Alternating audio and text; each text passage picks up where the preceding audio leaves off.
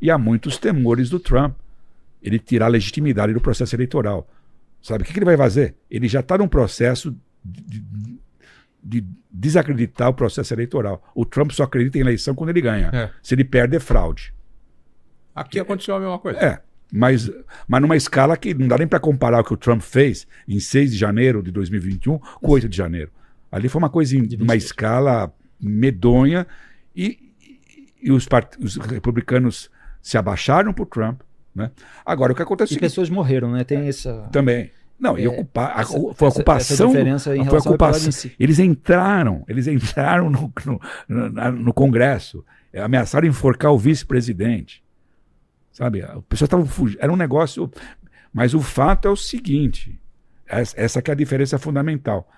O Partido Republicano hoje tem muito medo do Trump, mas nada como ver o seu líder enfraquecido para os ratos abandonarem o navio. Então, a questão como o Partido Republicano vai começar a reagir a partir de agora. Você tem muito poucas vozes que começam a reclamar, porque o Trump força a barra em tudo. Seja querendo demitir o presidente do Banco Central, né?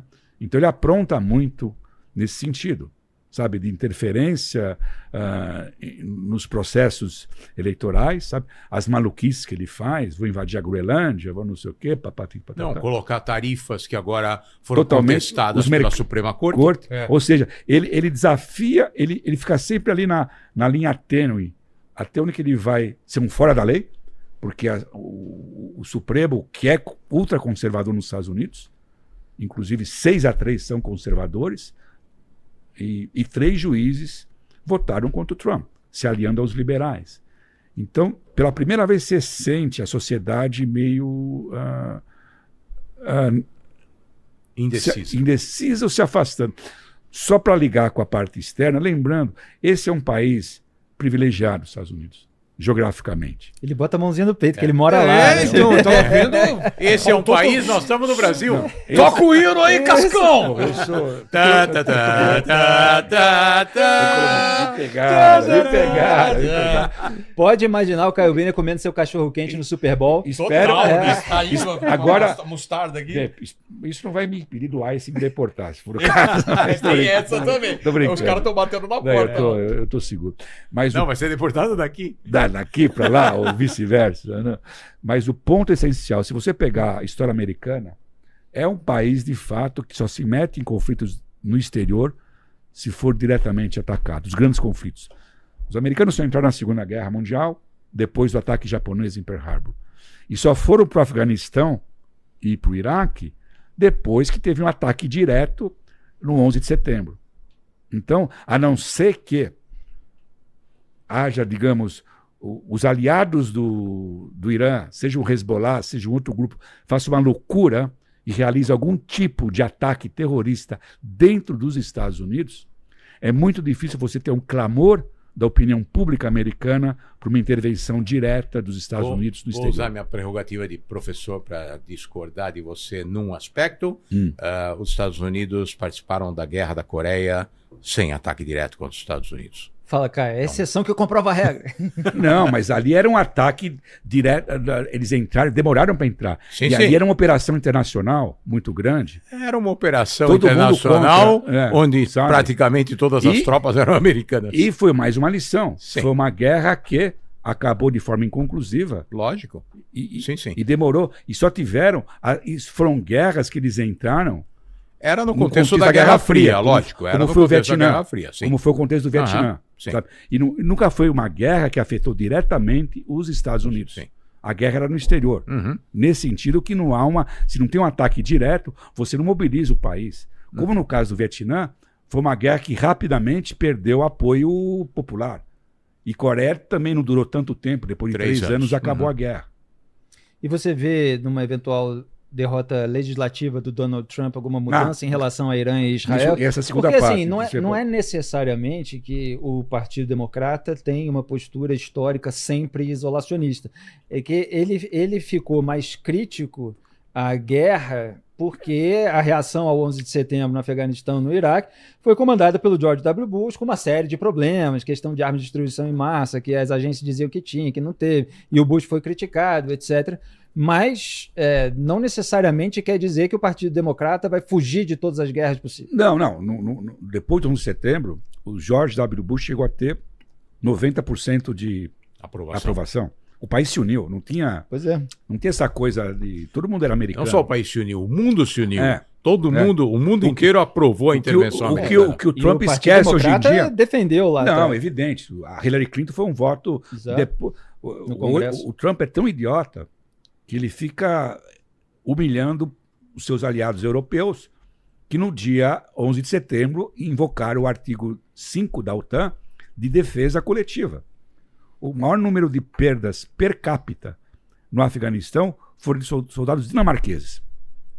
E o Trump fica humilhando Dinamarca com essas baboseiras dele. Sabe, ele é muito ingrato com os seus grandes aliados. Você se refere à Groenlândia. Groenlândia. O episódio da Groenlândia que está rendendo esse embate do governo americano com a Dinamarca. Mas no caso, o que aconteceu? Existe um oportunismo muito grande do Partido Democrata hoje em dia, óbvio que tem. O oportunismo é o seguinte, eles agora viraram falcões, eles eram as pombas. Então, em contraponto ao Trump, é um partido muito mais bélico do que eles costumavam ser. E com uma coisa muito mais complicada também, mas não nesse caso. No caso específico de Israel, aí é outro problema. Pois é. É o racha do Partido Democrata. Que a base do Partido Democrata é anti-Israel. Exato. Não é anti-Netanyahu, é anti-Israel. Inclusive, ontem saiu um documento muito interessante, interno, que vazou a autópsia da derrota da Kamala Harris nas eleições de 2024, e um fator foi que, claro, o apoio do Biden a Israel. Todo mundo acha que o Biden era contra. Não era. O Biden era, claro que ele era pró-Israel depois do 7 de outubro. E isso desgastou o Biden junto à base do partido. E depois, por extensão, a Kamala Harris. Então, de fato, a base do partido está numa posição muito anti-Israel. Ela está muito para a esquerda. O establishment continua tendo Israel. Mas se você pegar futuras gerações, e a gente pode entrar numa conversa muito complicada depois, o que está acontecendo do outro lado também, do Partido Republicano. Por isso que você não está sabendo. A postura anti-Israel ela é ecumênica. Dentro do Partido Republicano também? Claro. Dos dois, há uma guerra civil no Partido Republicano hoje sobre Israel e sobre os judeus. Que é um reflexo da disseminação do antissemitismo no mundo inteiro. Por isso que a gente queria chamar nos Estados Unidos. Nosso papo com vocês, o título é O Fogo Cruzado do Antissemitismo. É o título que está. Vamos entrar nesse assunto, então. O chumbo vem dos dois lados hoje em dia. Tanto, isso em todas as partes do mundo.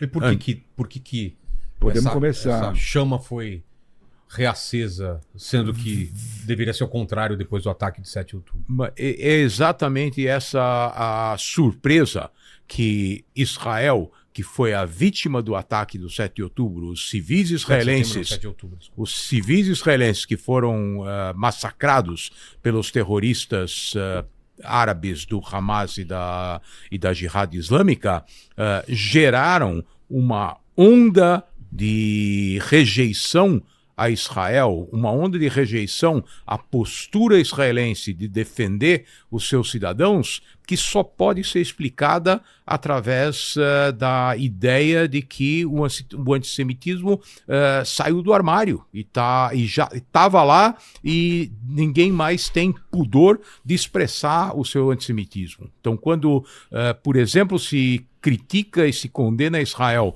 pela reação aos ataques do 7 de outubro, ninguém lembra de fazer uma comparação, por exemplo, com o que aconteceu na Alemanha durante a Segunda Guerra Mundial. Quantos países ocidentais criticaram os aliados por bombardear a Alemanha no final da Segunda Guerra Mundial para garantir que os alemães não continuassem fazendo aquilo que eles estavam fazendo na Europa? Quantos países ocidentais condenaram os Estados Unidos por bombardear o Japão no final da Segunda Guerra Mundial para garantir que os soldados americanos não tivessem que morrer para desembarcar no Japão e ocupar o país. As pessoas se lembram de Hiroshima e Nagasaki, ataques com bombas nucleares, mas não se lembram que mas Tóquio... se fosse hoje, com certeza ia ser diferente. Sim, mas com redes sociais, Tóquio foi destruída sem a utilização de armas Sim, mas nucleares. hoje em dia, com certeza,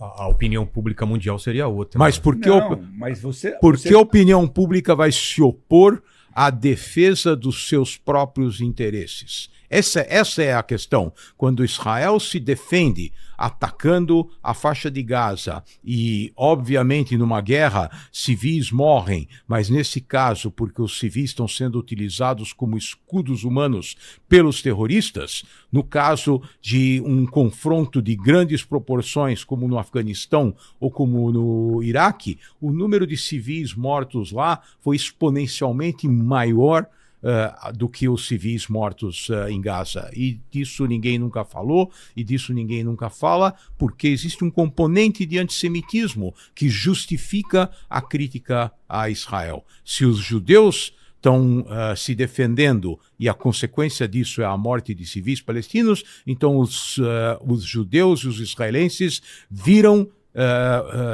passam a ser os responsáveis por todos os males do mundo. E são só os... Eu detesto uma expressão que eu sempre acuso os outros de fazer, mas eu vou assumir, que é o abautismo, né? O atapautismo. O que é? Não, você tem isso, mas vamos falar what about, né? Vamos falar de tal negócio. Mas tem que trazer, porque faz parte dessa conversa. Há uns 40 minutos, a gente estava conversando sobre o Irã aqui, e eu e Samuel lembramos o massacre da população no Irã, que em 8 e 9 de janeiro, talvez 30 mil pessoas foram massacradas no Irã, numa escala que não se via desde o massacre de judeus na Ucrânia na Segunda Guerra Mundial. O mundo... Então onde estavam as manifestações nas praças e nas universidades? As únicas manifestações que você faz, Berlim, semana passada, 250 mil pessoas estavam em Berlim protestando, mas eram o quê? Exilados, era a comunidade iraniana e judeus que marcharam em Berlim, ou marcharam em Londres, ou marcharam em Los Angeles. Ou seja, é a comunidade iraniana que está marchando contra os massacres. A classe artística lá dos Estados Unidos está sendo cobrada, né? Não tem nenhum pio, nada, nenhuma declaração. Tudo bem, não vou nem trazer, muito complicado você trazer o genocídio no Sudão. Para você explicar, nem o Samuel consegue explicar o genocídio do Sudão. A gente consegue explicar, mas não vamos trazer aqui que é muito complicado. Não só no Sudão. No Sudão, guerra civil no Iêmen, os Rohingya na Ásia, não faltam... são muçulmanos perseguidos. Exato, não faltam... Pelos budistas. Os cristãos que estão sendo massacrados na Nigéria. Não faltam casos de massacres ao redor do mundo. Tem uma frase que resume muito isso, que é sempre dita, e aliás, quando eu entrevistei ele, puxei logo essa pergunta inicialmente, pelo Hillel Neuer. Hillel Neuer veio aqui, né? É o diretor da ONG UN Watch, que vigia e monitora a ONU e critica aquelas comissões com ditadores que estão falando em defesa de direitos humanos enquanto violam, os direitos humanos nos seus respectivos países. E ele vira para essas pessoas que condenam Israel e fala assim, vocês não são pró-direitos humanos, vocês são anti-Israel. É uma frase que ele usa o tempo todo, porque você vê muita dessa hipocrisia. E, obviamente, não é que não se possa criticar, se pode, se deve, e muitos judeus e israelenses fazem isso o tempo todo, decisões políticas e militares tomadas durante uma reação militar complexa, ampla, duradoura, etc. Mas que se perca de vista o ataque inicial, todo o drama que foi vivido pelas vítimas e a necessidade de um país pequenininho que precisa colocar o nome fora, né, no mar, porque nem cabe, de se defender contra terroristas que, se não forem capturados ou eliminados, eles vão voltar e vão matar mais milhares de pessoas. Essa perda dessa perspectiva é muito ruim e, de fato, existe uma comoção mundial contra a reação militar de Israel em nome da defesa dos direitos humanos, em nome dos palestinos, mas você não vê, não só nos outros países, mas você não vê a defesa dos palestinos quando eles são mortos pelos próprios terroristas do Hamas. Como, inclusive, aconteceu depois de uma dessas tréguas que depois teve o intermédio aí do governo Trump nos Estados Unidos, em que os terroristas do Hamas recuperaram ali alguns territórios, mataram os clãs que são mais rebeldes, que se revoltam contra o grupo. Então, assim, tem muita reação que é anti-Israel, que é antissemita, e é preciso distinguir da crítica legítima que os próprios israelenses e judeus eventualmente fazem ao governo de turno, e existe sempre essa compreensão distorcida de que Israel é monolítica, é um monolito, é um bloco, é uma coisa só. Então você tem o governo do Benjamin Netanyahu, o primeiro-ministro, que é elogiado por segmentos da população, é criticado por outros, às vezes até as pessoas que elogiam criticam uma conduta específica, às vezes até as pessoas que criticam elogiam uma questão específica. Você tem uma divisão dentro da sociedade, tem vários segmentos, tem os judeus que moram em Israel, tem os judeus que moram no restante do mundo, cada um é um indivíduo que tem suas posições políticas diferentes, etc. Essa ideia de Israel, né, povo judeu, como uma coisa só, sempre culpada em razão dos eventuais crimes ou decisões erradas, equivocadas, tomadas por uma pessoa, é algo assim muito singular. Que acontece com Israel. Você não vê isso nem no caso da Rússia. As pessoas entendem muito bem que é o governo do Vladimir Putin, que é um ditador, que manda invadir, etc. A pessoa não associa o povo russo inteiro às decisões do Putin, mas em Israel se associa todo mundo, inclusive fora do país. Uma coisa mais próxima do Brasil, que a Rússia é muito longe. Você tem a esquerda brasileira, depende das relações do Lula com o Trump, né? Hoje eles são cupinchas, né?